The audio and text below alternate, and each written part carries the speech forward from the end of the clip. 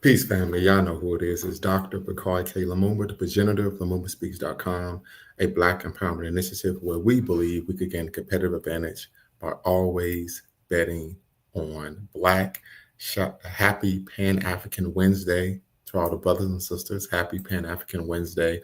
As you all know, you're watching LumumbaSpeaks.com, a Black empowerment initiative where we believe we could gain a competitive advantage by always betting on Black, in conjunction with Bequaline Network, the Pan-African social media extraordinaire, and the home of African-centered news and information. Before we get started, family, make sure you hit the subscribe and like button, thumbs up, thumbs up, thumbs up. Make sure you share and comment, and if you can, please be a blessing to the show at Cash App, $Lumumba Speaks, Venmo, and of course via the Super Chat. So definitely looking forward to having this conversation with you all today, family. Well, we're going to be examining what is known as nominal feminism, and we're going to look at actually a video of the interview with Cam Newton, of course, and K. Michelle. Many people may be aware who Cam Newton is. He's a former NFL MVP, winning quarterback in the NFL. He played, of course, for the Carolina Panthers, and then, of course, I believe 1 year, if I'm correct, with the New England Patriots. Led the team to the Super Bowl, where he didn't have, of course, a great game, but he did lead the team to the Super Bowl. And K. Michelle, of course, is a R&B artist who basically, many people may be unaware, but K. Michelle, of course, originally stated that she wanted to, of course, be a country singer, a country artist. She subsequently became a R&B artist, but as of late, probably about 2 years ago, actually made the transition to being a country artist and moved to Nashville, Tennessee. That really provides the pretext, a backdrop for the conversation, or the section of the conversation that we're going to have regarding Cam Newton and K. Michelle. And she kind of breaks down, she's crying about, of course, the lack of Black families in the Black community. So we're really going to, deconstruct this conversation and show how this is rooted, of course, in nominal feminism. Then, of course, and really, once again, a case of Black male bashing. So once again, family, if you're watching, make sure you hit the subscribe and like button. Thumbs up, thumbs up, thumbs up. And as you know, the link is in the description. And then after, of course, I give my rendition of what I believe is fact. You could tap in and be part of the conversation as well, and I put a link in the chat. But I think this is a conversation that we need to have, because what we tend to find is in social spaces, whenever we're talking about social problems, particularly issues in the Black community, the norm tends to be just blame Black men. It's something Black men are doing. And as Dr. T. Hassan Johnson talks about in his book, Solutions to Anti-Black Misandry, this is rooted in this concept of Black men being failed patriarchs, right? This concept of Black men being, of course, incompetent, right? And so we're going to push back against, of course, the arguments that she's making. But I think it's also important that we look at some of these social and cultural parameters that have led to the situation that we are in today. So family, I'm going to go ahead and play the video. Make sure you hit the like, subscribe button, thumbs up, hit the notification bell as well. So we're going to get started. I'm going to share my screen, and then we're going to get things started here. But very quickly, when we talk about nominal feminism, family, nominal feminism is a brand of feminism in which individuals tend to posit feminist, surface level feminist concepts and ideas, while not having actually engaged feminist literature and feminist theory in any real or meaningful way. And so as a result, these typically are surface level arguments that are being made.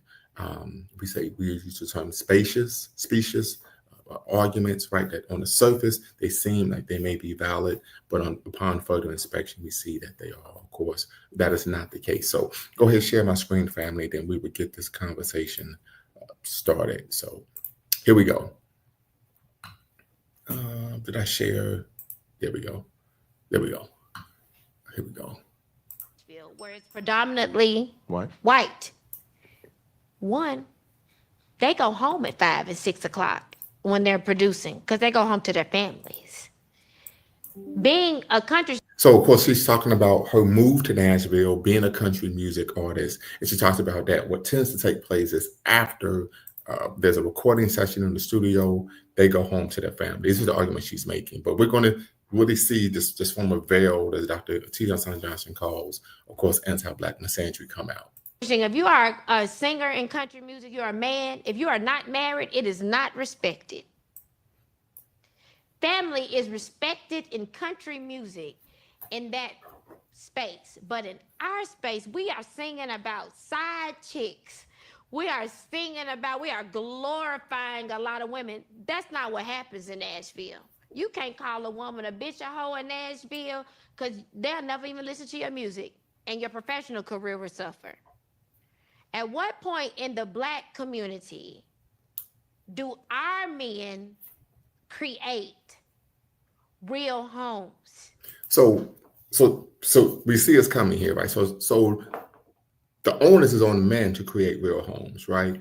Um, the issue with that is you can't create a home or a family unless both individuals are willing to have that, right? So she puts the onus on the man, and as a result, the supposition of that statement is that we don't have homes and families because what men don't want to have a man, some black man somehow, in some way, shape, or form, are incompetent and unable to bring that to fruition, right? And as a default, she's making the argument that white men actually do have that capacity, right? The second issue, she talks about some of the language that's used, right? Bitches and hoes and so on and so forth. But she fails to actually state that there are black women who define themselves by such terms as well. And oftentimes will not give you any play, but say that you don't have any emotion if you don't speak to them in that manner, right? So we're seeing also a lack of accountability here as well. And even talking, just our first time talking, and you said you didn't even mean for that to happen. Life happens. I'm not here to judge life. I'm looking at a successful black man that has the ability to literally turn the narrative on black family, you know? And my grandfather, I watched my uncles and everything. My whole family, they're married. I'm not the girl who didn't see what a man creating a black family is supposed to be. So I'm asking right now, black men, and I tell my black men to really step up for black women and create families. Right. So here we're seeing the waterworks, right? We're seeing that this is an issue, almost going back to the concept when black women talking about well, black men are protected. It goes back to this concept and idea of black men are incompetent. They're failed patriarchs. They cannot do what is socially and societally expected of them. Is this rooted in empirical data? No. We even find this in the academy, right? Where individuals will simply parrot these concepts and ideas of black men are incompetent, they won't do their jobs, they won't go to work, they don't want to form families, so on and so forth. They won't step up and protect black women. When the reality of the situation is, we've gone through almost 2 generations of black women saying, I don't need a man. We've gone through 2 generations of a generation almost of feminist theory, black feminist theory, arguing that families and communities would be better if the men weren't present. Right? And we got to be real here, right? If you don't believe me, you could, of course, a great example of that would be Black Lives Matter, the organization, not the movement, but the organization. If you read Black Feminist Thought by Patricia Hill Collins, if you read We Real Cool or some of the work of Bell Hooks, right? This concept and idea of that communities and families would be better if black men weren't present, right? But then at the same time, they didn't make the argument, well, you're not stepping up and be creating families and homes with us when they are actually articulating that they don't even want us in the family or the home or the community for that matter. So I would argue that this is a form of gaslighting. It's really not cool. Black men are attacking black women. And it's not a cool, they're not creating homes, they're creating babies everywhere. So there's once again, this reinforces the stereotype that black men are immature and irresponsible. Second, she says black men are attacking black women, but she provides no examples of that actually taking place. This is what tends to happen when individuals engage in nominal feminism, right? We're talking, they push the talking points. They typically, at some point, engage in anti-black misandry, but the language they use tends to be nebulous in nature, right? Rather than citing actually specific data, facts, statistics, so on and so forth. It's not cool. And I'm asking you, other successful black men, right? And real quick, family, this is really, in my opinion, problematic, particularly when we have seen a uptick And Black women who were divestors or choosing to be in relationships with non-Black men, particularly white men, not only being physically abused, but oftentimes brutalized to where they're hospitalized for days and weeks. But there's no mention of that, right? So we see this concept of this nominal feminism also being rooted in anti-Black misandry, particularly the concept and idea that Black men are incompetent, failed patriarchs. Even though we're living in, for the past 2 generations of Black women saying, I don't need a man, I'm an independent and strong Black woman, and actually Black feminist theory articulating that Black man, if the community, for the community to survive and thrive, Black men should be, of course, removed from the community and family structure. To be, you have to set an example as leads. The cute social media back and forth on Black women. Black women are strong. Black women are where you come from, this and that. So there probably isn't any sympathy for you and just life happening because there's so many other things around you going on that are not fair to Black women. What is going on with the Black family? We are consistently creating the cycle of kids who can't come home and see their daddy there. And they see their mama sad at night. At what point is the successful Black man in this world going to step in and really create structure? I see white men doing Right. So it every day. Right. So this is something that we tend to find with nominal Black feminism as well. There's a push to pedestalize white men. So we're talking about white men who have a history of creating structural barriers against Black men, back the Black community, particularly Black women, who have a history of organized sexual assault of Black women, right? A history of institutional misogynoir against Black women. What we tend to start to find happening is, and they start pedestalizing, of course, white men as the paragons, of course, of masculinity. This is what we find in nominal feminism and nominal Black feminism. One of the things Dr. T. Hassan Johnson talks about is what we tend to find in Black feminism is this push to go become anecdotal rather than focusing on institutional and structural barriers to success, right? So she's playing to the script right now, playing to the script. But one of the things she's not mentioning is the fact that 80% of marriages in the Black community that end, the woman's the one who's filing for divorce. I saw a clip on, I think, The View, where a Black woman, she was an R&B artist, was married, or she was an R&B artist, or she was on one of those love and hip hop shows. And she said, well, when you're married, it's supposed to all be about the family. You're supposed to make decisions based on what's best for the family. She said, however, I just still felt like, even though I was married, I needed to do what was best for me. And I felt what was best for me was to file for divorce. And everyone cheers and claps for her. Right. So the data shows that Black men aren't the ones who are not showing up and wanting to have families. It's the women, not the men. And this isn't to create a gender debate or, cast aspersions on Black women, but the data doesn't support the claims that she's making. And unfortunately, we find Cam Newton not offering a retort. I get to witness the best of both worlds every day. Getting on stage singing R&B, being here in Atlanta, I get to sing R&B, but then I get to go to Nashville and be like, you mean you ain't staying out till 6 in the morning? You gonna go home to your family? You gonna write this song and leave at 5 and 6 because you gonna take care of your family and your wife? At what point do the successful Black men build Black families? We ain't gonna ever have a Black family if y'all don't do it. And here's the other issue. We actually have Black families in the Black community. There are more Black men who are married than Black women. So that means that the data shows that Black men do have built successful Black families. I, of course, grew up in a 2-parent household, and my parents are still married to this day. But the issue is you can't have a family unless both individuals willingly want to have a family. You can't force someone to, of course, be in a relationship or have a family. This is what I like to call guerrilla pimping, if you want to be quite honest. So something to consider here, but we'll get back to it. We're never going to have it. It's just not going to happen. So if your mentality is, yes, things happen, and I'm not knocking you for that. I didn't come here for that. But at what point do you take that black woman? Do you be at a home and show your kids what it's like, you know?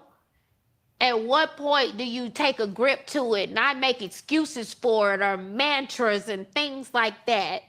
It is so unfair to black women who have been the strength and builders of so many things. And I know life happens. You can't be with somebody you don't want to be with or whatever. But my grandparents did it. My grandfather, 92, died when he was 92, my best friend. I never seen another type of man. That's why I've turned down 3 rings. Because they wasn't like my grandpa. My grandfather raised 9 kids on his own because my grandmama died before I could even meet her.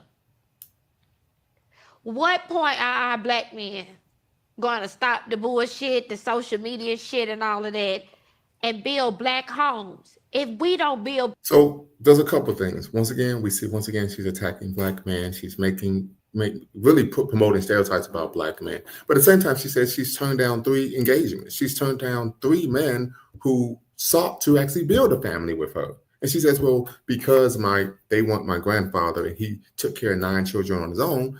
Well, but if this man is seeking to have a family with you and he doesn't have any children, how would you even know that he has the capacity to do that? Or 2, why would you want that to be the standard? The standard isn't to view a person being a good mother or father or husband or wife by their capacity to raise children as a single parent. So I would even argue that her theoretical approach, right, her methodological approach to viewing black men is untoward, right? It's unhealthy, right? It's off helter skelter, I would say.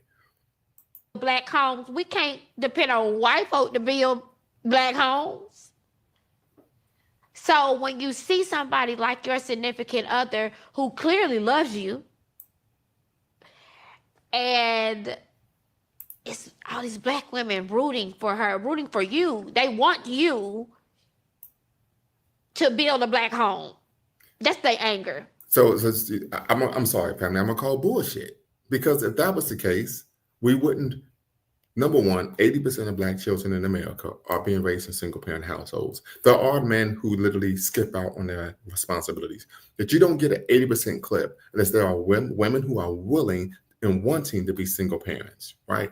Part of this is rooted in the fact, as Dr. C. Hazan Johnson has discussed ad nauseum on his platform, and of course, you all know I even had him on my platform. We did a great interview. Is the fact that, unfortunately, what tends to take place is policy. They are aware of the privileges that they have in the family court system, and they utilize that, right? But is it really, in my opinion, this is incoherent rambling, where she's simply pushing nominal black feminist talking points, in which she, of course, is casting aspersions on black men as being incompetent, failed patriarchs and men, while at the same time, subsequently, pedestalizing white men. They don't know you. They can't judge you for anything else.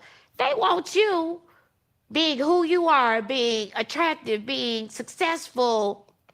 They want you to take hold and solidify and build a black home. That's not saying you're not taking care of the kids you have, because clearly you are, and you love your kids. Taking care of your kids and building a home is 2 different things. And here's the other thing. She's actually pushing and advocating for black men to be patriarchs, right? But we know for the past 2 generations, that is something, particularly from a black feminist standpoint, is viewed in a negative light. They argue that black men building homes, leading families, setting values and structures, and so on and so forth, is seen as them trying to be white men. So what we tend to find with these conversations is they tend to want to be able to mutate, right, and modify and mold black men into what they want them to be when they want them to be it, right? So there was a time when there was an argument about, well, black men are protecting black women. Well, they wanted black men to be crash outs, right? You need to go be an attack dog. Whenever I tell you to do something, you need to go do it, right?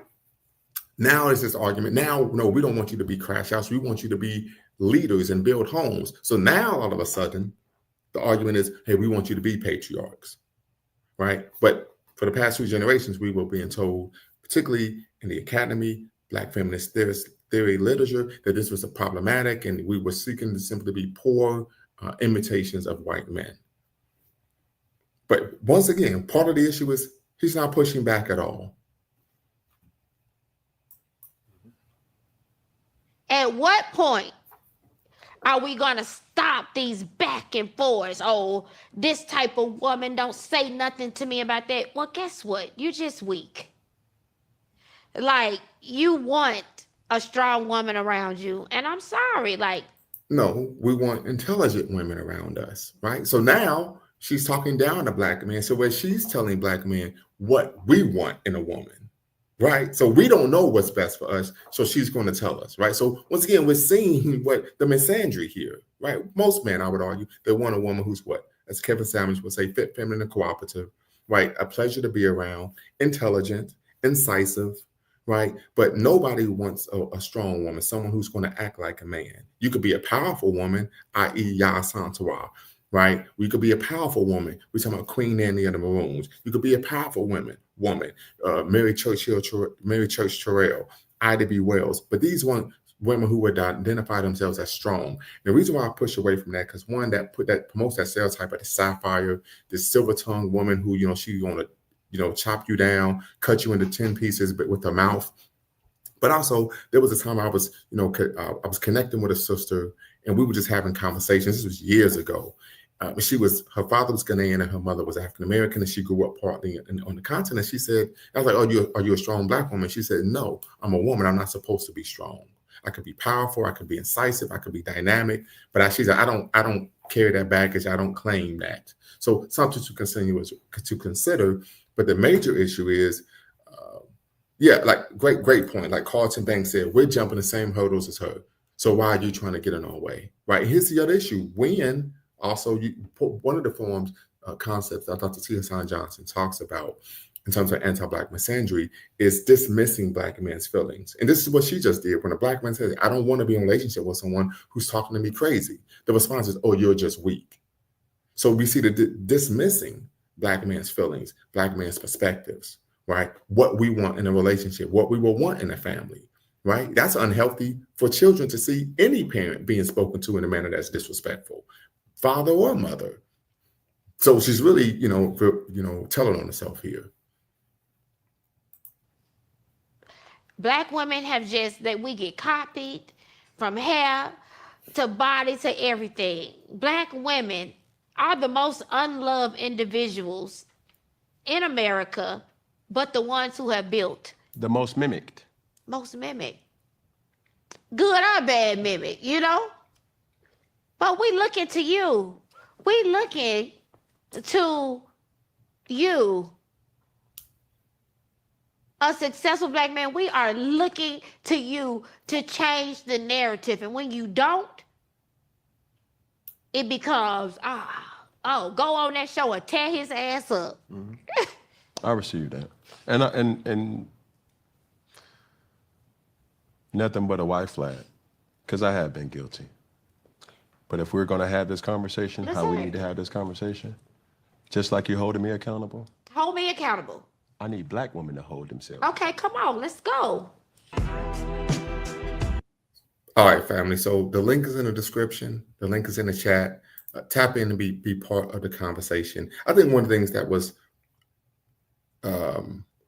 said, what about Native women? So tap in, Chris Jones, and be part of the conversation. I think one of the things that is rather telling is the fact that she stated that she, rejected 3 proposals, 3 rings. So that means that there were men trying to, have families with you, get married, create a family, and you chose not to. And this is what we're dealing with here, right? So this is, once again, an example, family, of nominal feminism. Right, we're looking at the case of K. Michelle and Cam Newton. Right, we're talking about nominal Black feminism, where there are certain talking points. But if he would have just dug deeper, and there's a reason why he didn't dig deeper, because of course he had never been married, never really, according to him, of course, tried to create a family in any real and meaningful way.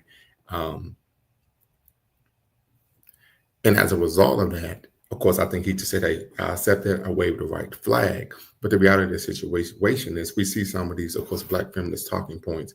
And even part of ratchet feminism is concept that if you are a man and you're not willing to accept what Kevin Sanders would call one-way verbal and emotional violence, if you aren't willing to be in a relationship with someone who is going to browbeat you and disrespect you, then somehow you're not a man and you're not masculine, right? I, of course, would wholeheartedly disagree with that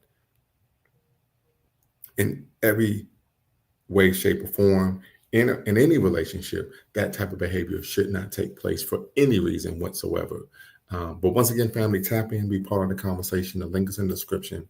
The link is in the chat. We're talking, of course, examining nominal feminism, nominal Black feminism, the case of K. Michelle and Cam Newton. The link is in the description. The link is in the chat. Happy Pan-African Sunday to everyone. Hope that you can tap in, be part of the conversation. Here's the thing, if we want to, of course, promote Black family, then we have to have a conversation about the cultural shift that's taking place in the Black community, right? I would even argue that a lot of times we find this cultural shift taking place. Music plays a role in terms of social engineering behavior.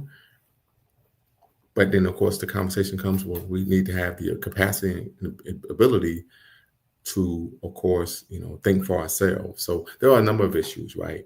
But normalizing the concept of being a single parent, right?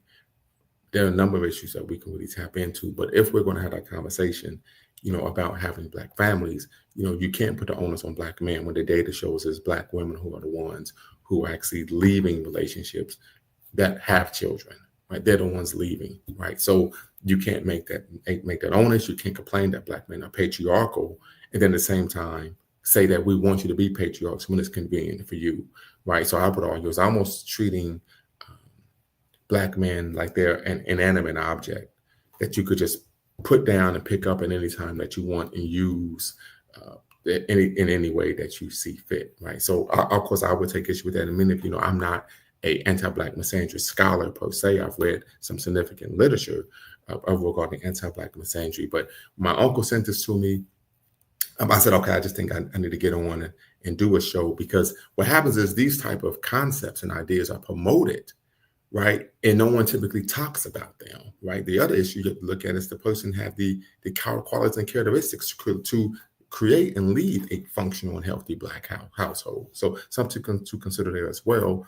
Snapshot Review says the thing about feminism, like a lot of Western doctrines, it seems people take what we pick up to the extreme beyond those that invented it. I wonder why. So yeah, tap in, brother Snapshot. Hopefully we can expand and expound on your thoughts there regarding, of course, taking these concepts and taking it to the extreme. Like I said, a lot of this is just nominal feminism. I can recall when I was a doctoral student, and I was probably in my first and second year, and there was young ladies in the program talking about doing the slut walk and how that it felt so liberating. And, I said, well, I'm older, I have children, the slut walk really promotes being sexually promiscuous. And I said, there are a number of things that can happen as a result of being sexually promiscuous. One, you can find yourself in a situation where, shout out to Brother B. Quillan, I appreciate you, brother. You can find yourself in a situation where you contract the STD or STI. You can find yourself in a situation where you have unwanted pregnancies. You can find yourself in a situation where you're connecting with people in a manner that could be unhealthy. You don't know the person. There may be you're putting yourself in a space where you could be physically or sexually assaulted, right?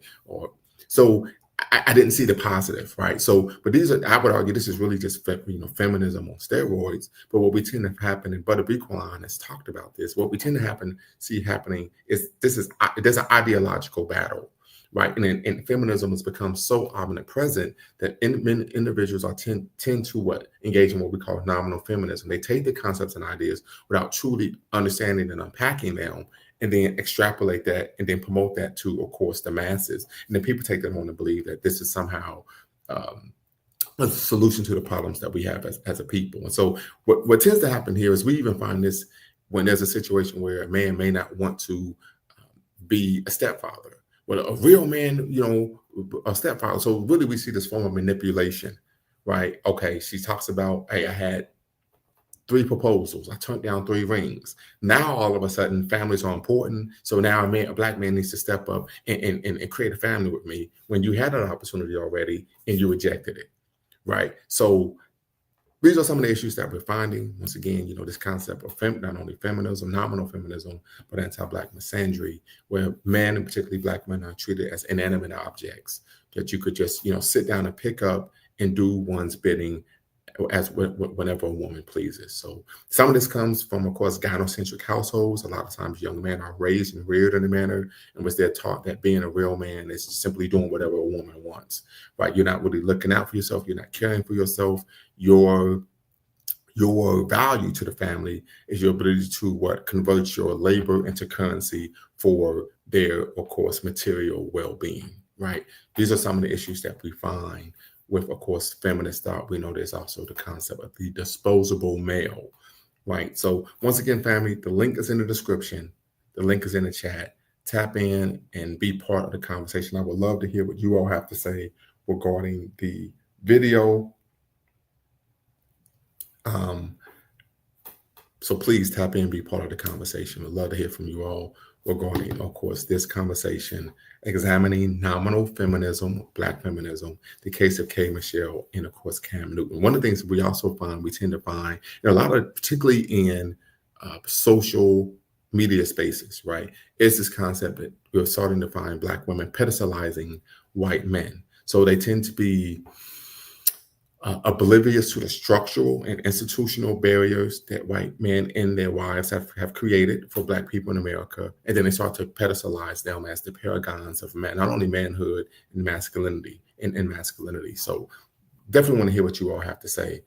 The link is in the description. The link is in the chat. Tap in, be part of the conversation. You're watching themovamentspeaks.com, a Black empowerment initiative where we believe we can gain a competitive advantage by always betting on Black, in conjunction with Bequaline Network, the Pan-African social media extraordinaire, and the home of African-centered news and information. If you're watching, make sure you hit the subscribe and like button. Thumbs up, thumbs up, thumbs up. Make sure you hit the notification bell as well. And to be a blessing to the show, you can, of course, hit us at Cash App at $Lumumba Speaks, Venmo at B Lumumba, and via the Super Chat. So definitely want to hear from you all, family, regarding the video. If you all would like for me to play the video back, let me know and I would do that, because I know there were a number of people who came on and probably came on late and weren't able to see the video. But tap in, be part of the conversation. If you have any questions for me, you could put them in the chat as well. So once again, family, thumbs up, thumbs up, thumbs up. Make sure you like, share, subscribe, and comment. You're watching themovamentspeaks.com in conjunction with Bequaline Network. And wishing you all a happy Pan-African Wednesday. Happy Pan-African Wednesday, happy Pan-African Hump Day. But once again, family, this is something that we find that is omnipresent, right? And the major issue is that the position that she's taking belies the data. The data doesn't support the position that she's taking. But once again, we tend to find this type of narrative almost omnipresent and, of course, in the media. Snapshot reviews, what's the word? Good evening. How you doing? All right, brother. How are you?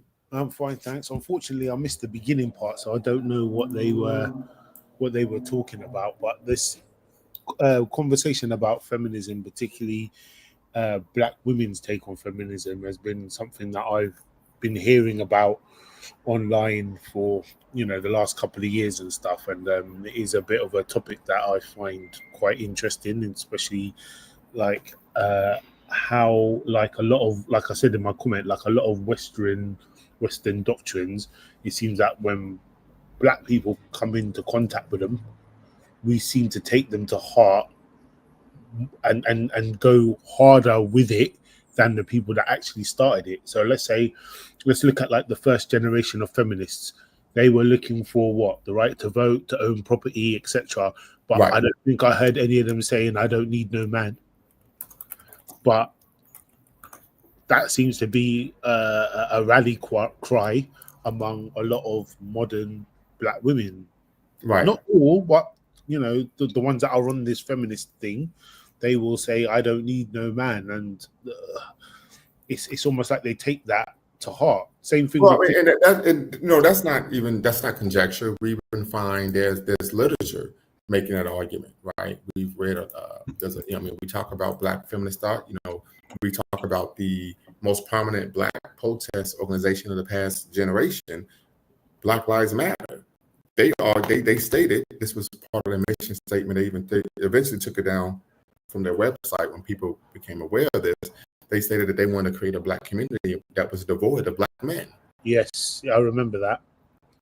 Yeah, Yeah. it was part of their charter, wasn't it?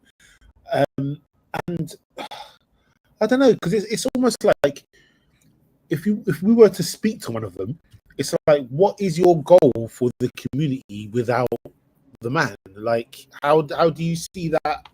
How do you even from a common sense perspective, how do you even see that as being able to like repopulate the community if you don't have a man and a woman? Like, yeah. But what would they say to that? I don't know. Yeah, I don't know as well. I recall one time I was at a conference. Yeah. And bell hooks was like the keynote. And a lot of times at conferences, if you have a world-renowned scholar or theorist, they kind of sit down and have like a fireside chat where there's an audience. Okay. So I'm there, and bell hooks, and bell hooks has transitioned to ancestral realm. So we don't want to really speak too strongly about her person, but just her research and scholarship. And she says, "Well, you know how patriarchal men are. Patriarchal men, they want companionship and intimacy in a relationship." And everybody's clapping like, "Yeah." And I said, "But that makes no sense." He said, "What do you mean?" I said, "If you don't have companionship and intimacy in a relationship, it's not a romantic relationship. It's a platonic relationship." Yeah. Right. So it's a lot of the concepts and ideas is to the point where you aren't actually able to apply these things in any real or meaningful way. Yeah. On a daily basis. I mean, it's really just, it's not applicable. Yeah, and I think a lot of them will just fall into an echo chamber and then won't Yes. even really think about what it is they're saying or what it is they're promoting, or just even stop to think about it. I mean, I've tried to put myself in the shoes of some of these women because, to be fair, there are some men that they come across that are no good, or there are men who should have had certain roles in their lives that have let them down, and they've just become used to relying on themselves and other women, so I can't 100% knock some of them for falling victim to the indoctrination or whatever because of certain traumas or certain experiences that they might have. But there does come a point where you need to look at, hang on a second, I'm doing this, and is 1 + 1 equaling 2 here, or am I getting like derailed and stuff? But then you've also, like, I think it was you, or I think it was Bleak. What's his name? Bleakwan. Is that Bleakwan? Yes, Bleakwan. He had an author on the channel. I wonder if it was you or him. And this guy had a book, and he was really going over the difference between like a matriarchy and a gynocracy. Yeah, that was me, Dr. T. Hassan Johnson. That was you. Yeah. I thought that guy brought up some really interesting points, because he was saying something like, one of the things I remember him saying was something like, in a matriarchy, you have a matriarch who is there through credit, through experience, through she's got this position because she's earned it, and she's got the wisdom to guide, lead the women that come behind her. Absolutely. But what you find is, in a gynocracy, any woman can speak just because she's a woman. Just because she's a woman. Absolutely. Yes. As a matter of fact, I just put the link to that live in the chat. But yes, that's one of the things he talks about. In a gynocratic household, the woman is given a position of leadership just because she's a woman. It was like, even in patriarchal situations, you have to show some level of competence before you could be in a position of leadership. Absolutely. Yeah, gynocentric. Yeah. And we tend to find, and I've talked about this, typically in these environments, that there are young men being raised in environments, they're raising the men to believe that being a good man or a real man is really just serving the needs and desires of the woman. right? We're talking about this concept of it really is a mutated form of John Henryism, meaning Yeah. your value is based on your ability to convert your labor into capital to provide material need and comfort for the women. And you Right. know what's ironic about that as well is that you might have a guy in a relationship who is doing everything to keep his partner happy and all of that, but you'll have other women, they might be related to him or they might be his friends, that are angry at him for doing that for his partner, even though that is what their thing is telling. It's weird, man. Like it really is. But not to make you go over too much old ground, but what was the gist of the conversation between Cam and You want me to bring it back up for you? I missed that whole bit completely. Yeah, fair use, family, fair use, fair use, fair use. So if you missed it, family, I'm going to bring it back up for brother across the pond. What time is it over there? It is 8:45. You said what time is it? It's 8:45. 8:45. All right, so I'm gonna share my screen and here we go. So once again, we're talking about nominal Black feminism, right? In the nominal Black feminism, we tend to find, of course, it's going to be this form of Black male bashing, particularly pushing and promoting Black men as incompetent men and patriarchs, failed patriarchs. But also, you can see her at some point talking down to Black men, talking to them as if she knows what's best for us. We don't know what's best for ourselves. And of course, pedestalizing white men, which is extremely problematic because they tend to, of course, overlook the structural and institutional barriers that white men have created, and even, of course, the long and virulent history of course, sexual assault of Black women, right? To then and nowadays we even tend to find it being a form of course, sexual harassment. Overlook that to then, of course, focus on oftentimes nebulous, unfounded claims about Black men. So, of course, but once again, promoting these stereotypes. So here we go.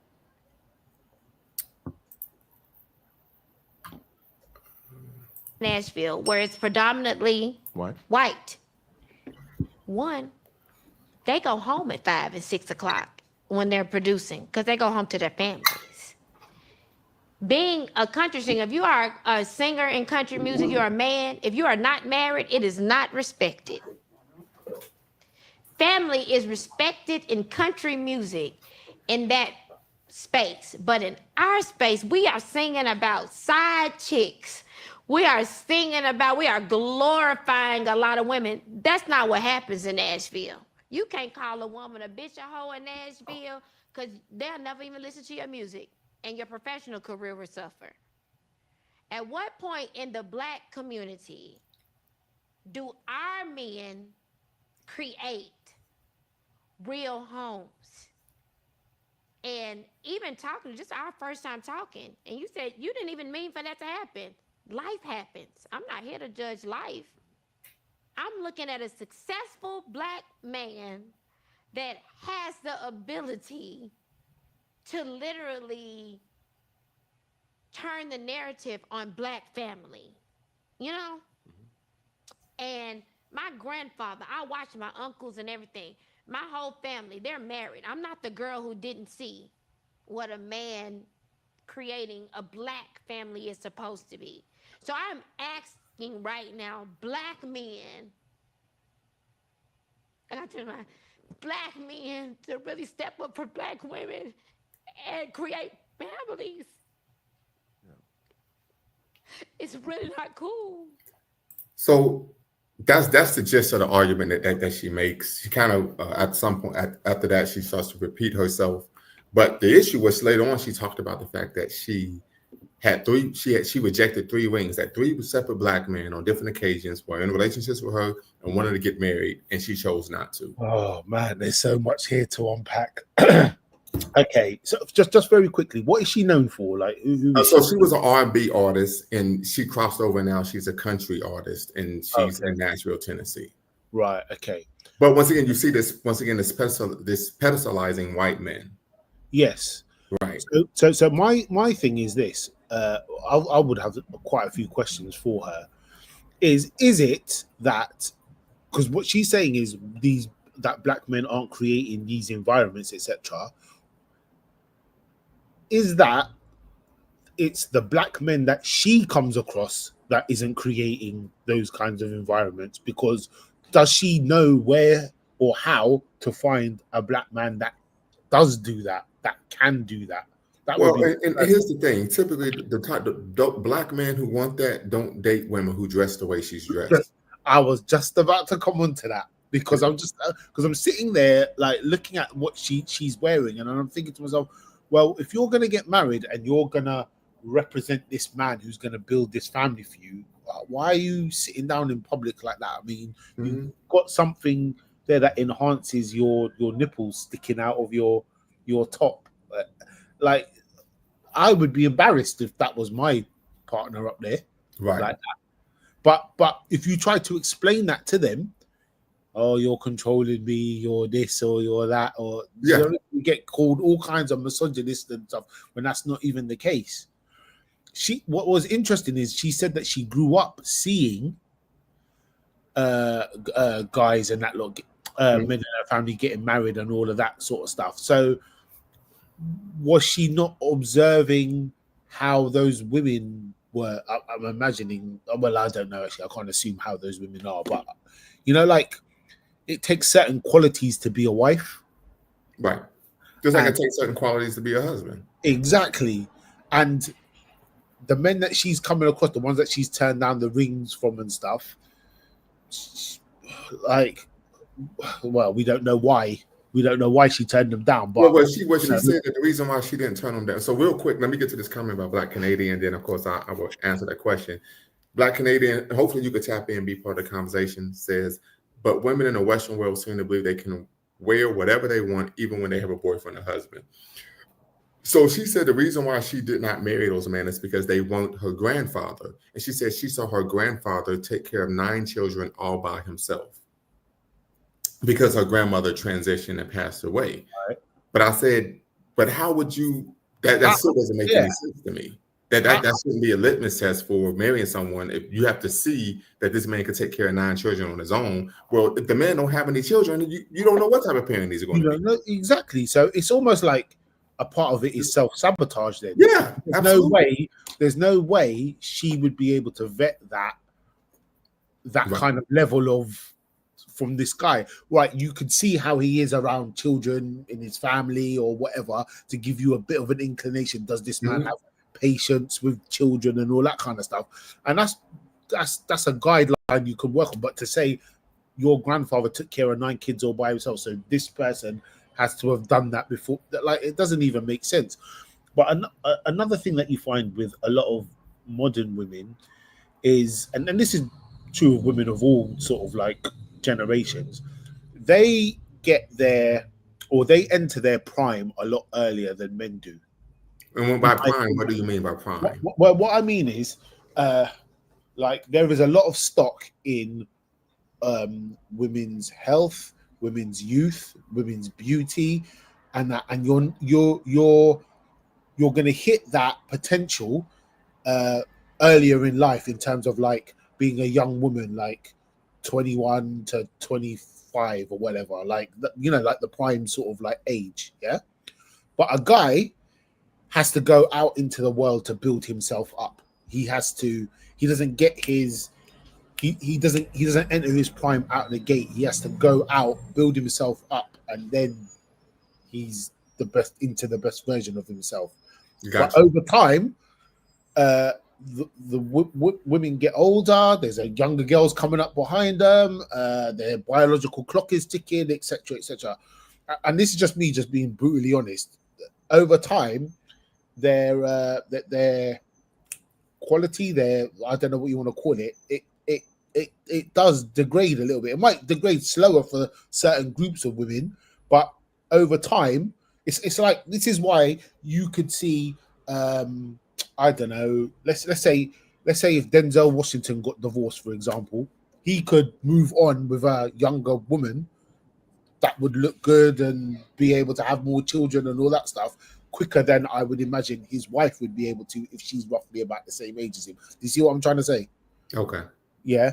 So with that comes an arrogance when they're younger, that they can dismiss a lot of guys that would be potentially a good husband, a good father, a good life companion, etc., because they are getting A, so much attention, but B, they're in their prime and they're smelling themselves, as my grandfather used to say, like, you know what I mean? Like My they're parents really say that like too. in it, sort of thing. And it's not until that time hits where they start to humble themselves a little bit. And by that time, the men that they want are already taken. Or don't want I them. mean, yeah, or don't want them. And unfortunately, going back to the gynocracy versus the matriarchy comparison, there isn't enough older women with the status and the reverence in the female space to say, "Hey, sis, you're making a mistake. I used to do da da da da. You need to." They're not guiding them. It's almost like they're happy to see the next generation of women fall into the same trap that they have done. So are you saying this is an issue of maybe misery loves company? Yeah, a bit like that. I think not all, but I do. I am often confronted with examples of women showing that they actually don't like other women. Like, you know what I mean? Like they will say or they will do things to sabotage or undermine some other women. And I don't know if that's part of it, but there's just not enough level of guidance for the younger women from older women. I think would help Well, solve this problem a lot easier, a and what I will lot say quicker. is, because I've seen this, I've kind of been out here on these YouTube streets for a little while, right? And one of the Yeah. things that I've seen is that when women would try to say, hey, the way you're moving, is it conducive to bringing about a desired result? They typically are called pick me's. Yes, yes, yes. Now, you're a I've pick seen me, that you're a as well. pick me, and you just behaving this way because you want to get yourself a man. And I don't know if that's the case or not, but I would say this. I saw one show where the sister said, "Well, isn't that the goal that you want to get a man? Yeah, yeah. Ain't that the goal? Yeah, Isn't that the goal?" yeah. So What yeah, are so your thoughts on Shahrazad Ali and her perspective on this whole feminism and black women and black men and all that sort of stuff? Do you know? yeah, and so of course Shirzad Ali. I mean, she made a couple wild, claims in her book. She even advocated for black men to physically assault their spouses to get them in line, right? But one Yeah, thing she talked about was she said at the time, and this book was written in maybe 91, 92, 93, somewhere in the early 90s. She said that black women were out of control, that there was no one that could tell them anything, and as a result, their behavior was creating dysfunctional children that were basically a menace to society. I remember Sister Iryana Van Zant. She stood up because Shirzad Ali was on, I think, not Maury Povich, but golly, some talk show. okay, And Donahue, she was on the Phil Donahue show. okay. And she said, I'm a cultural custodian. This book is anti-African, it's anti-black. Da, da, da, da, da, da, da. 30 years later, Shirzad Ali said, I'm sorry, Ayanna Bazant said I was wrong and Shirzad Ali was right. And Ayanna Bazant talked about how she was coming in contact with black women who were out of control, who were extremely violent, right? Yeah, She talked about how there was, her number is listed privately and somehow they got her number and was calling her 2, 3 in the morning. You need to help me or else we're going to, and she said, well, hey, I can't do that. And she was receiving death threats. Right. We saw the wow, same situation with Monique, who said, I'm telling my sisters with love, hey, don't show up to the airport wearing pajamas and a bonnet. And she received death threats, wow. I didn't know that to literally be that via far. email. So we Yeah, see this is what happens when someone is not accustomed to being held accountable or being told their behavior is untoward or problematic, really from birth. yeah. But it's interesting because it's like, what was it that Shahrazad Ali could see that? What was the other name? Alana Van Zandt Iyanna was couldn't. like, well, the issue was Shirzad Ali was arguing that black men should should turn into Ike Turner, basically, to deal with black Oh, women. okay. And of Okay. course, I think a reasonable person would say, listen, we can't be, but Yeah, that's not going to work, right? Right. yeah, But she came back later, once again, 3 decades later, and said, I could disagree with the violence part, but her view, her perspective of how black women are behaving, the behavior, the socialization we have 3 decades of data to show that she was correct. She was right. Yeah. Right, the lack of respect for any authority. We've seen videos where the police officer, hey, ma'am, yeah, I pulled you over for XYZ. You know, I just need to get your license and your registration. And the woman's mother just flies off the handle. Yeah. Right, we see sometimes young men behaving that way. And we find that oftentimes when the young men are behaving that way, it's because of what they learned it from their mother. I remember there was a time where I was connecting with a sister who was a school teacher. Yep.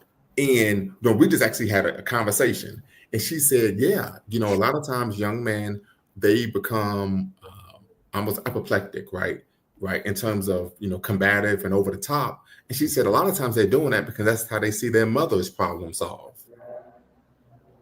She told me that. She said, this is what's going. They see their mother solve problems by becoming, combative and over the top and so on and so forth. So then they believe, well, this is how I solve problems.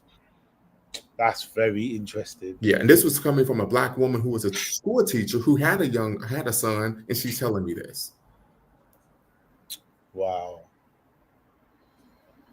Oh, yeah. We don't know what we pass on to the next generation sometimes, Yeah, and so of course, Dr. T. Hassan Johnson argues this is a result of not having strong male figures in the household, right? We also find that oftentimes if young ladies grow up in a manner in which they don't have that in the home, or maybe in proximity to that in the community, they tend to develop an anathema for that. And they take umbrage with men who are intelligent, who are incisive, who actually engage in masculine characteristics and behavioral traits on a diurnal basis.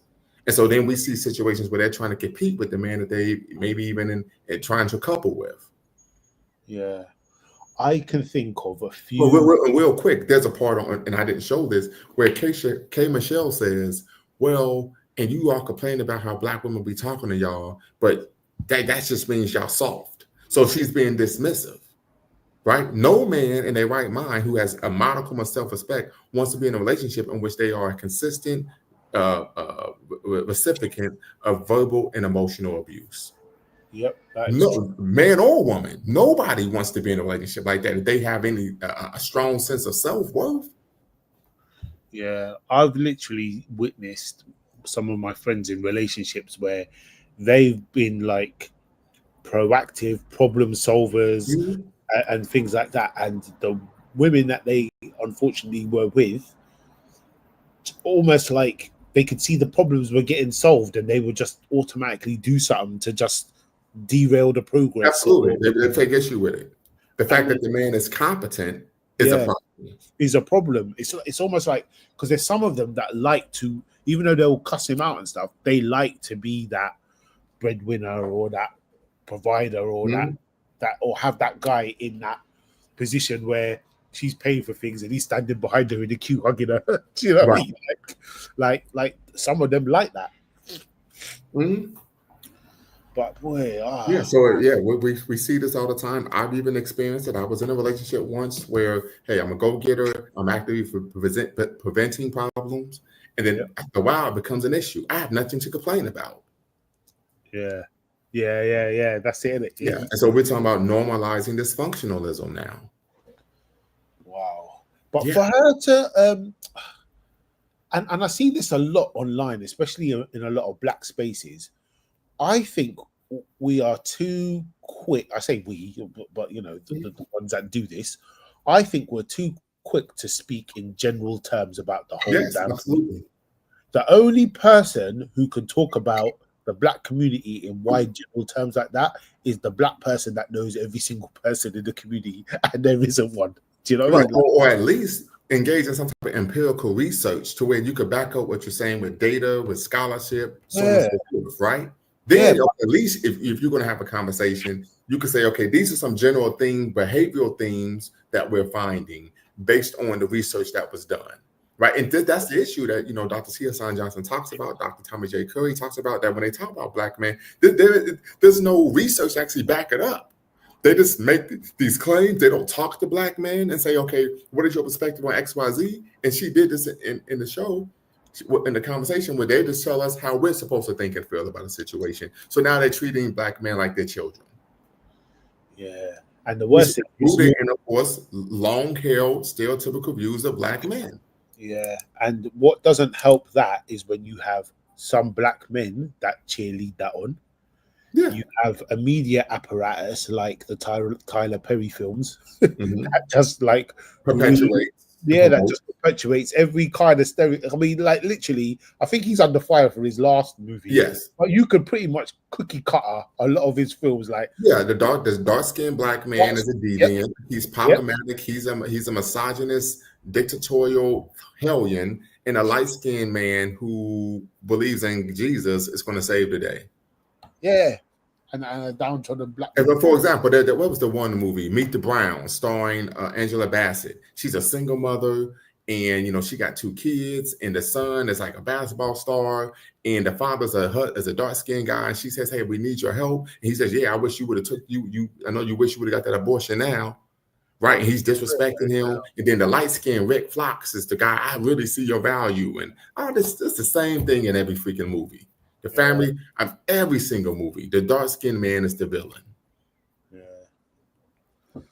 Oh man, you know what? For as much as we like to say about the the so-called dominant society and this and other stuff, a lot of this stuff is perpetuated by people in our own ranks, man. Absolutely, yeah. Dr. KK Cabone, of course, he's transitioned. He's an ancestor now, but he wrote a whole entire book on this titled Culture Misorientation, and talked about how black people internalize these things and then promote them themselves.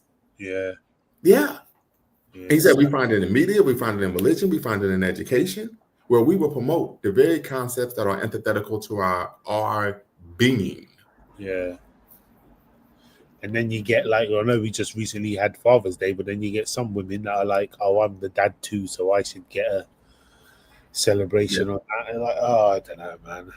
Yeah. So this is unfortunately an issue, but I think this was once again an example of nominal feminism, right? But we tend to find this at some point they're going to really push some talking points that they really aren't actually knowledgeable of, but also move and then look at, of course, bashing black men as incompetent, failed patriarchs, so on and so forth. And that's what I mentioned before you came on, when there was this whole thing about, well, black women aren't protected, right?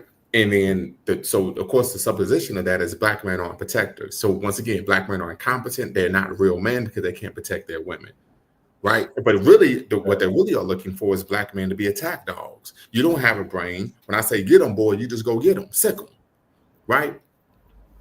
So these are some of the underlying issues here. The other issue she talked about, well, black women aren't respected, and she starts crying and says black men are attacking black women, but then she doesn't give an example to substantiate the claim she made. And what's he like is it his show that she was on? It's his show. He's a former NFL football player, quarterback. He was a #1 pick several years ago. What pushback did he give her? He didn't give her any perspective. He just said, you know what, he said, I waved the white flag. And then at the end, he said, I waved the white flag, but, if we had this conversation, we have to hold black women accountable too. That's all he said. So basically, by him doing that, he just basically signed off on everything she said, basically. Right. And part of it is, he has numerous children with numerous women and really never tried to create a family. So it almost was like, okay, well, she's going to make this argument towards him because he's actually someone who fits the stereotype. But that isn't representative of what black men on a macro level.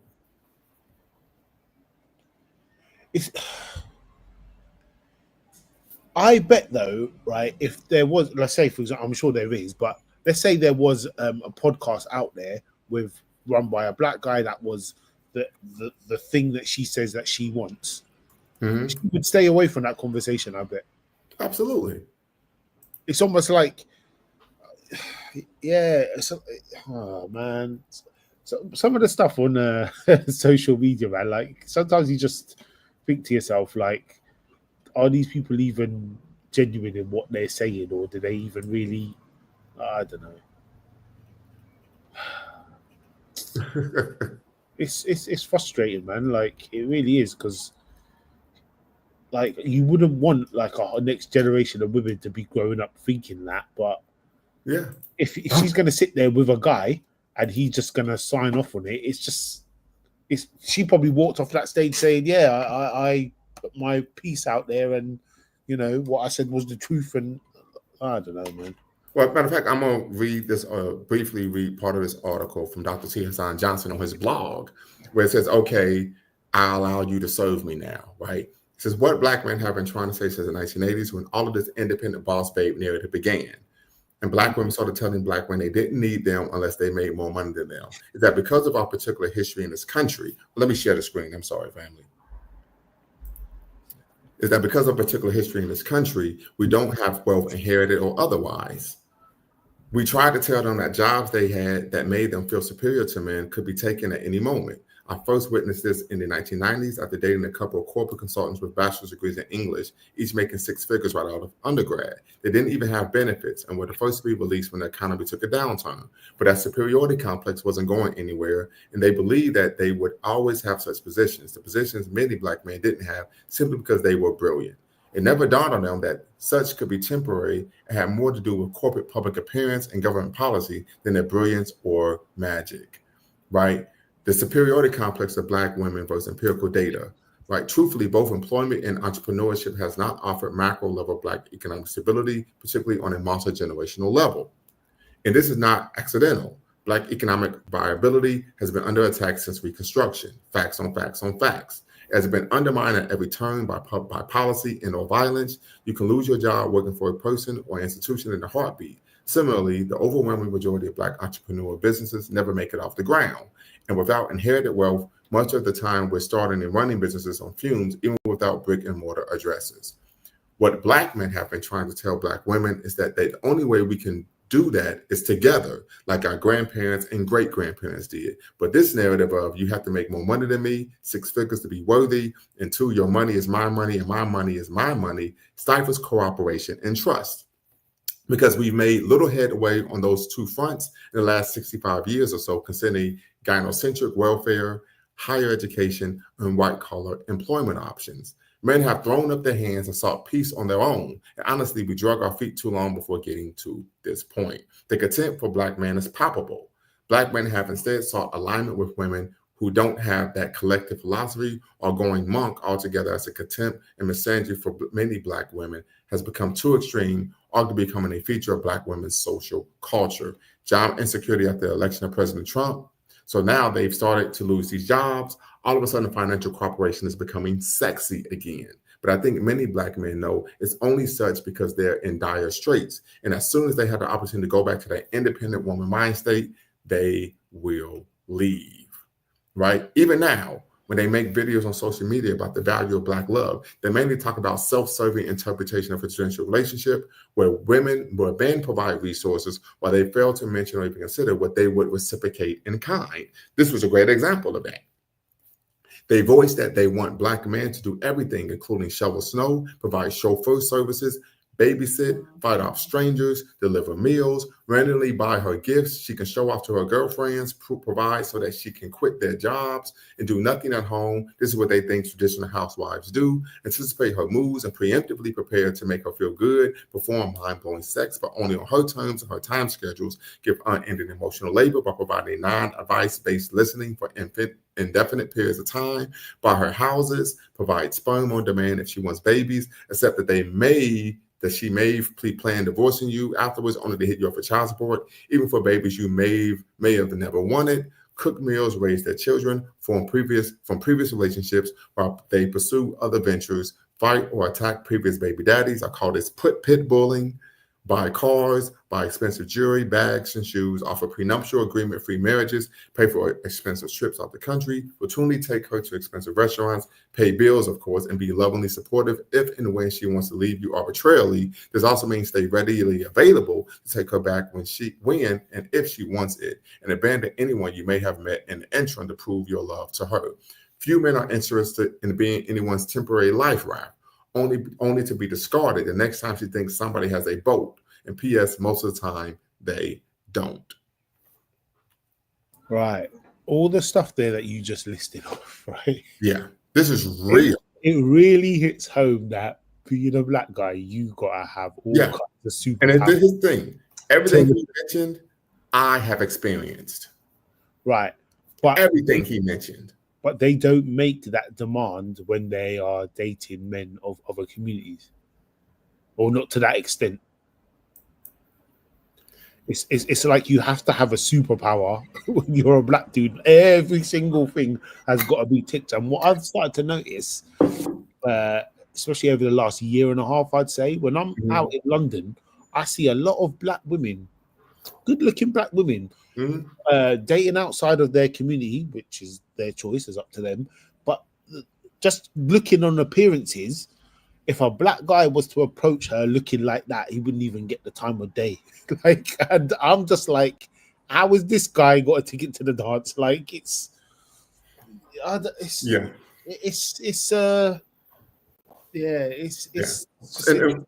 And real quick, just to respond to Black Canadian, I would argue all the women I dated were influenced by nominal feminism, right? So this is, some of these surface level concepts and ideas, but they haven't actually read, right, the actual feminist theory literature.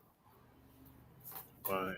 Yeah, so this nominal feminism, but really, it's really what we're really finding is really solipsism cosplaying as feminism. These women are just really self-absorbed, and they believe the world revolves around them, right? One of the things, I was having a conversation with some of my students, and one of the students said, something we hear a lot if you grow up in church, in order to have a healthy relationship, God has to be the head of your relationship.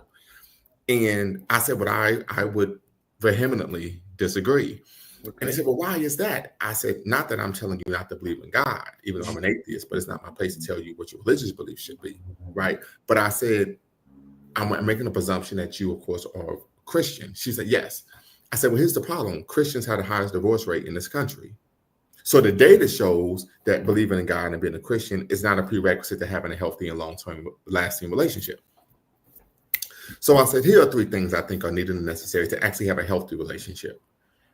I said, 1, the person needs to have personal autonomy, meaning that person must have self-control, right? I said, 2, the individual, both individuals, BOAF, right? Both, right? Must be emotionally mature. You can't be 25, 30, 35, 40, 45, 50 years old, showing up in a relationship like a toddler, right? Yeah. I said, number 3, you must have a realistic view of what a relationship is, right? You have individuals out here, particularly women, and I've noticed because I've spoken to some who share with me, I actually thought a relationship was like a Disney movie. That speaks to the article that I just read by Dr. T. Hassan Johnson, right? And last but not least, you need to be with someone who is, 1, independent, and then is willing to become interdependent. This is something Dr. King taught us. He says you have to first be independent and then become interdependent, right? And we're talking about, once again, have a realistic understanding of what a relationship is. This was a clip I showed my daughter from divorce court. And the lady ended up cheating on her fiance or husband. And the judge said, why did you cheat? And she says, because he fell off. She said, well, what do you mean by fell off? She said, when we were dating and when he was courting me, he bought me flowers and stuff like that. But now that we're together and we're living together and we're running a household and paying bills, he doesn't do all of those things. And the judge said, well, the flowers is something that's symbolic. But when you are actually in a relationship and he's put a ring on your finger, he's committed his life to you, that's far more substantial than a dozen roses. Right? So having a realistic understanding of what a relationship is and what it's about plays a role as well, irrespective of what your religious beliefs are. Yeah. The student, you know what the student said to me? He said, wow. Yeah, because I've never had someone break that down to me. And that's the thing, with a lot of relationships, I think fall into difficulty is because people don't initially know how to vet their partners. Mm-hmm. Like when I say vet, I'm not necessarily talking about it. Well, obviously you're going to have to get to it on an individual level, but just having that understanding from the outset of what a relationship does look like is something that just really just behooves a lot of people. A lot of people, especially like I would say of the Gen X, maybe the late stage of the boomer generation, really ended up having kids out of hookup culture. Mm-hmm. Like, and then they realized, damn, I've got nothing in common with this person. They might have looked good that night or whatever, but now I've got a kid, and you know, we're not, and the relationship ain't going anywhere, and da da da da, and you know, that's one of many reasons why there was probably a boom in single parent households because Absolutely. Yeah, I've met women who were like, "Oh yeah, I'm like, well, were you and the father together? Were you all married? Oh no, we just was friends with benefits." And I'm like, "What? You brought a child into the world based on a situation like that? Casual sex?" yeah, yeah. Yeah. But then it becomes, oh, men ain't nothing, or men are no good, or F these HOEAES, and it's like, come on, man, both sides need to have a bit of maturity about it and stuff like that. But then, you know, if you're pregnant at 16, how much maturity can you have, you know? Yeah, absolutely. So that's something a lot of people talk about. One of the problems when we talk about, I'm sorry, teenage pregnancy is it blurs the line between who's an adult and who's a child. Yeah. Yeah. And then you have children raising children, right? And then normalizing dysfunctional behaviors, unbecoming behavior, so on and so forth. So there's a number of issues that comes with this. What I do know is we have a responsibility, right, at least on our end, to at least push back against this type of, I would argue, disempowering, self-destructive, these concepts and ideas that are really antithetical to creating healthy families and communities. Okay, so let's talk that through then. What would be the approach to the pushback? Yes, sir.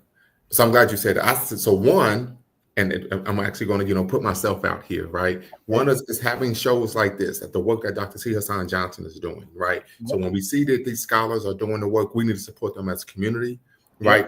Have them engage in have speaking engagements, right? Bring them on platforms so that it shows the institution that there is actual support in a audience for their research and scholarship, right? That way they could continue to remain in the academy and, of course, produce this type of knowledge. The second issue is, I think we have a responsibility, those of us who are in the know, right? So this would go with what we're talking about relationships. This would go with we're talking about Pan-Africanism, that we're putting ourselves out there to be in a position to promote a different narrative. So a good example, this is tomorrow, Give Thanks.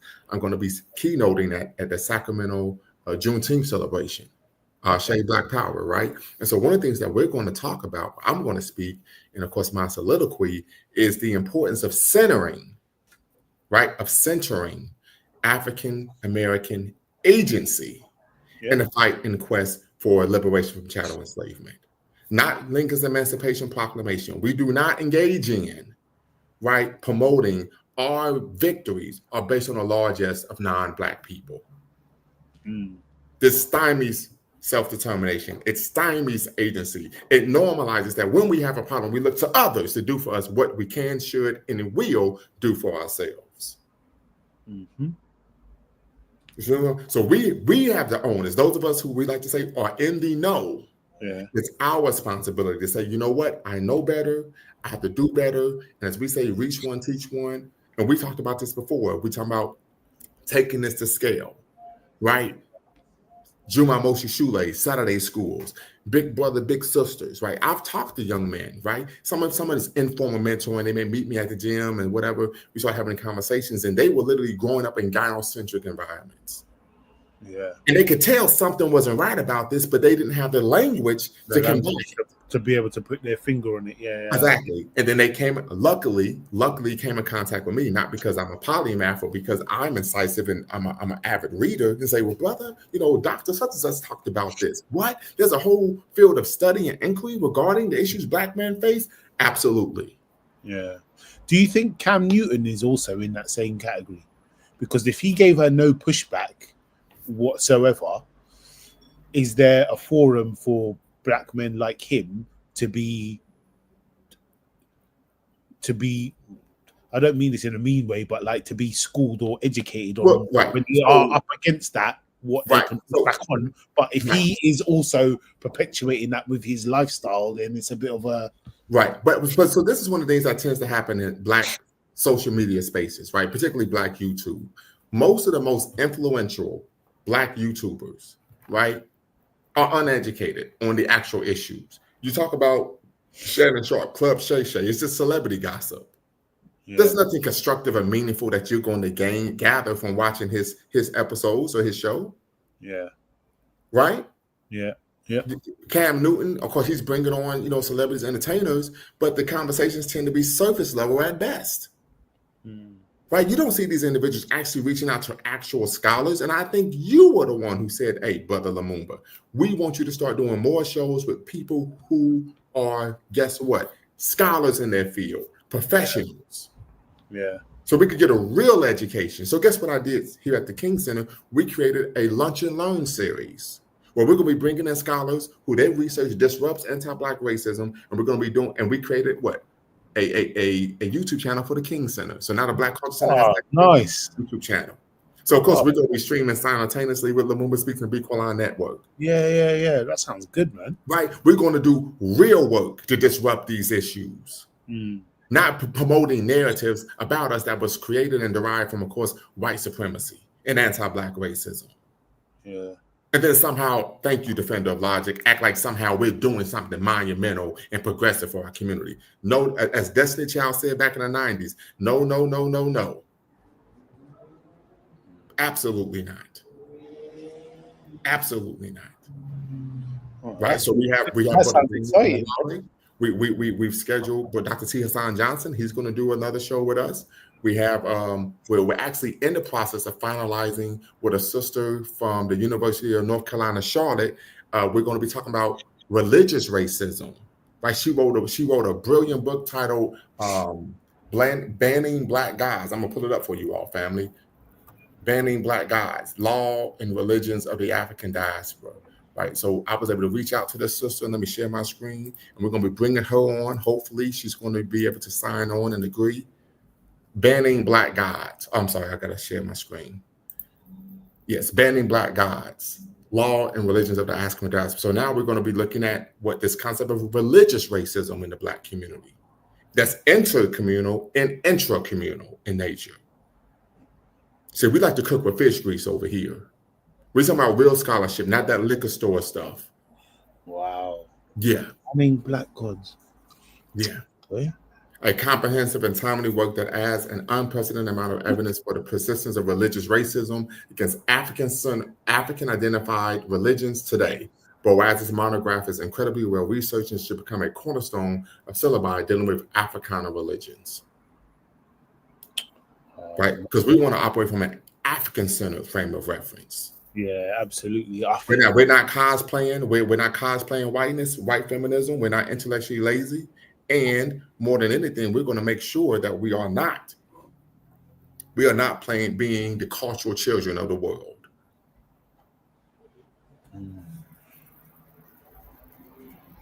Yeah. That looks like an interesting title, man. I'm gonna have to go looking. I'm gonna have to go looking. And you know me. I mean, you know me. I already purchased the book. I'm reading it right now every night. Get this work. Get this work. Right? Yeah. So what happens is, because if you bring real scholars on, they're going to challenge the way you think. They're going to challenge the concepts that you previously held and thought were true. Yeah. And it's going to be in good faith.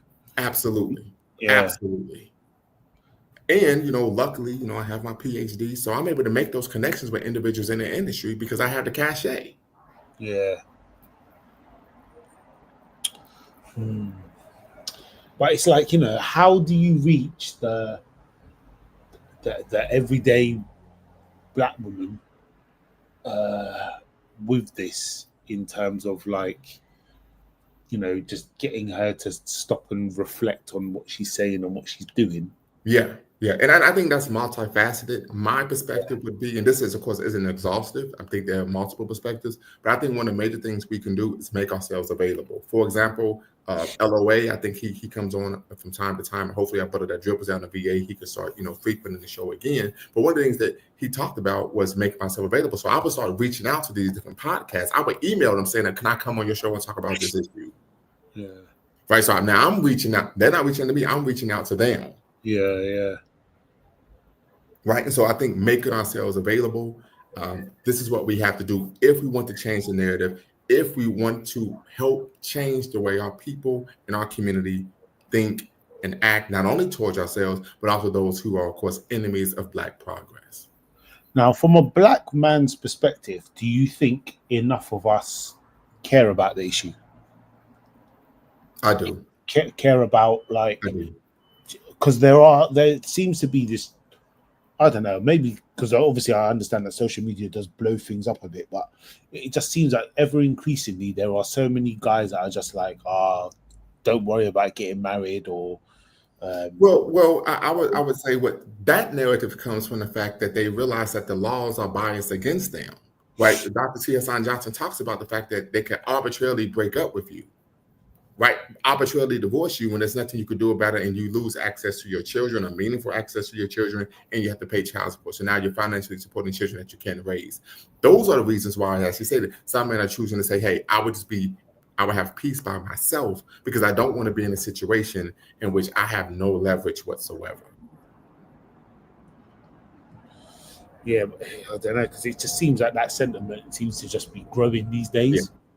Yeah. And so Dr. T.S. Johnson argues that this is a result of public policy, that public policy is influencing behavior.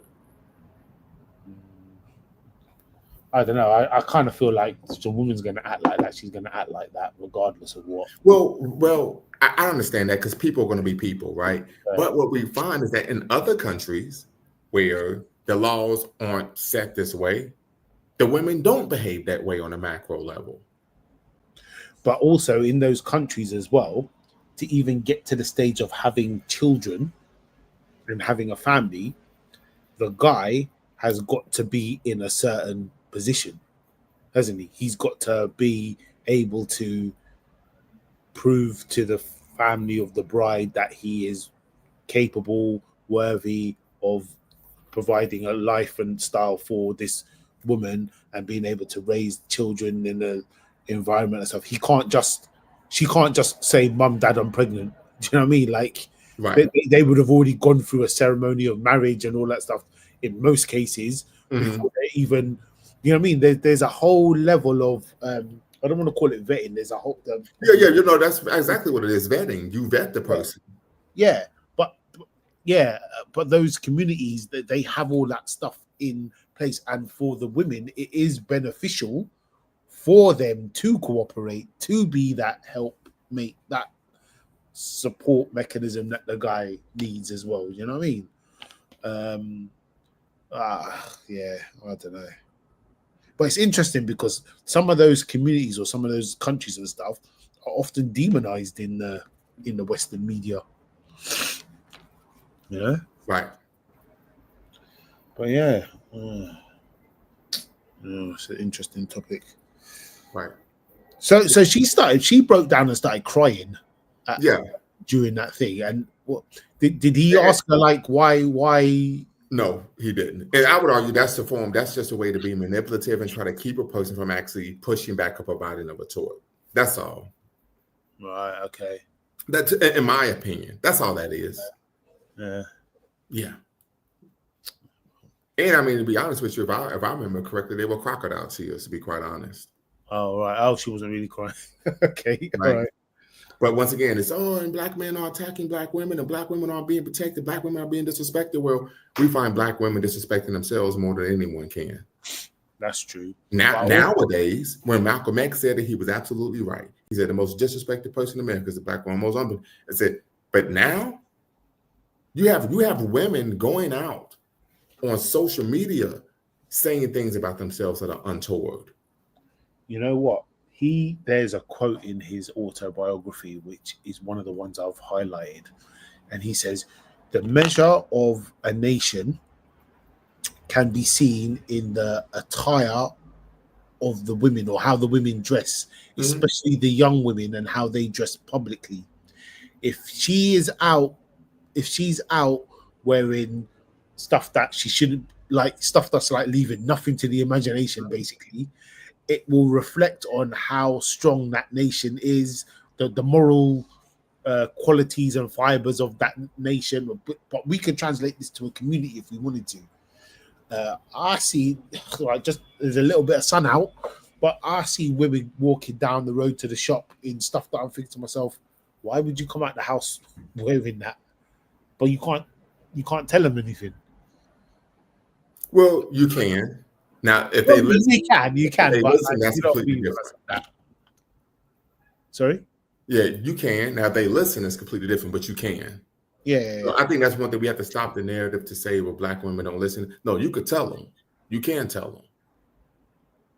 Right. But we also saw that was part of the animus against Kevin Samuels, the fact that he actually had you had the gumption and the gall to actually tell us that the way we're comporting ourselves is unbecoming. But here's the thing, that was a norm in the black community up until two generations ago. What was your thoughts on him? So it was a mixed bag, right? There were times where he made legitimate critiques of black women's contemporary behavior. And there were times where he kind of dived into being extremely Eurocentric, materialistic, and I would even argue misogynistic at times. But at the same time, there were also times where he actually legitimately said, hey, I'm not going to allow you to come on my platform and disrespect me. Right? This one-way violence against black men, the way you could call me out my name and do whatever and say whatever you want, and I'm supposed to just accept it, is not going to happen. Yeah. I would agree with that. I would. Right? Like, yeah, you don't come on someone's platform acting crazy, acting a fool, and disrespect the person and say, okay, but since you're a woman, you can verbally and emotionally abuse me. No. Yeah. The video of his that made him blow up, the average at best one, I remember him saying at the start of that thing, that was that episode was particularly, he just wanted to talk to men, and the lady called in Anyway. Yeah.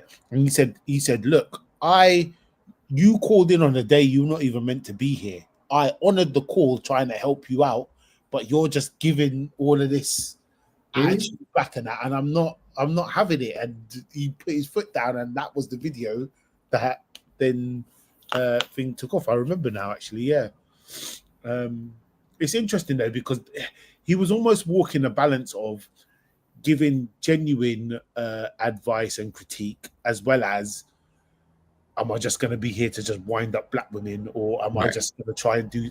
And I guess with YouTube or certain aspects of YouTube, you've got to kind of play that game a bit. But it's just a shame that it's a black man and a black woman in public doing that. Right. And I've seen them going on black men before. There was a time where there was a brother who had said that black women was his enemy, and he asked him, well, what do you do for a living? How much money you make? And he said he only made about maybe $2,000 a month. He said, black women ain't your enemy. Your wallet is your enemy. Yeah. Right. So he gave smoke. He was an equal opportunity smoker. Right. I would put it that way. Yeah. But once again, he also made a number of claims that were just kind of reverse the facts, particularly in terms of his understanding of black history. Left a lot to be desired. Right. Yeah. He also engaged in comments that were representative, in my opinion, of someone who at times had low racial self-esteem. Right. He really promoted this concept of white people wants you need to just emulate and do what the hell they say and do what they say, emulate them. So yeah, there was a lot. There was a time where he was promoting, of course, dating out, and said, well, Harry Belafonte was one of our greatest activists, and he was with a white woman, and the sister didn't have a retort, but this is because the sister didn't have a working knowledge of black history. When the whole retort could have been, if she was knowledgeable, Harry Belafonte was promoting, he was an activist, but he was an integrationist. And he was promoting integration because he wanted to live in a society in which it would be socially acceptable for him to be in a relationship with a white woman. And this is a conjecture. He talks about this in his own memoir. Yeah. Right. Matter of fact, Eartha Kitt, who sung the song Santa Baby. She was the first Catwoman in the Batman TV series that came out in the 60s. She talked about in her memoir that Harry Belafonte told her to her face, a black woman can do nothing for me. I need a white woman. Wow. And I've known this because I've read the book, right? Because I'm an avid reader. So once again, she could have provided that retort. But of course, and oftentimes one of the things I noticed that when he had a conversation with someone who was intellectually his equal, he typically would have said, okay, thank you very much, and then get the person to leave the show. Yeah. Something I noticed as well. Oh, man. Yeah.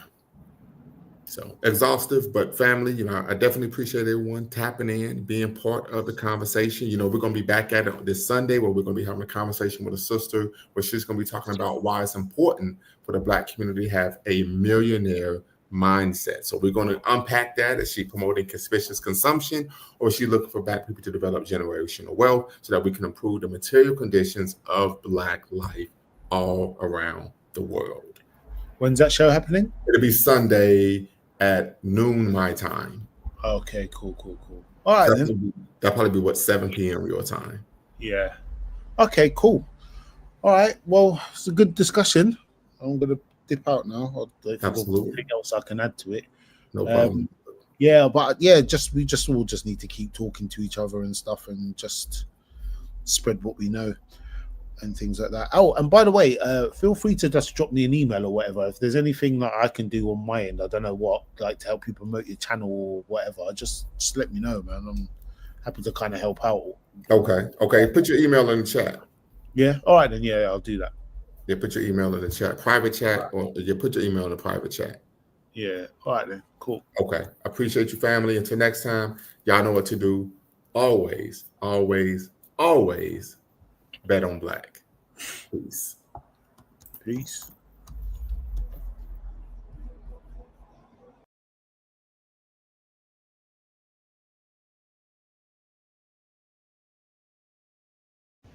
Before you go, make sure you hit the subscribe and like button. Thank you for supporting the channel. And remember, here at Lumumba Speaks, we always bet on Black. Peace.